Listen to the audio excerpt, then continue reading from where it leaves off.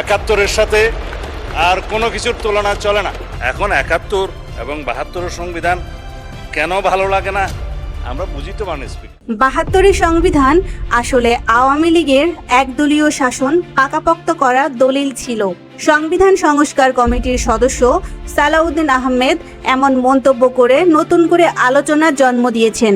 তিনি পরিষ্কার জানিয়েছেন 71 বা 72-এর সংবিধান কেন বর্তমান সময়ে অকার্যকর তার পেছনে সুনির্দিষ্ট রাজনৈতিক কারণ রয়েছে। সালাউদ্দিন আহমেদের মতে তখনকার গণপরিষদ কোনোভাবেই জনগণের প্রকৃত প্রতিনিধিত্ব করেনি, বরং একটি বিশেষ দলের এজেন্ডা বাস্তবায়ন করতেই সেই সংবিধান সাজানো হয়েছিল।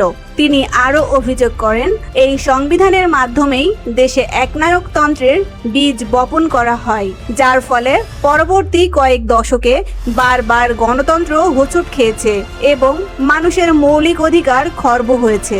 বর্তমান অন্তর্বর্তী সরকারের সংস্কার প্রক্রিয়ায় এই বিষয়গুলো গুরুত্বের সাথে দেখা হচ্ছে।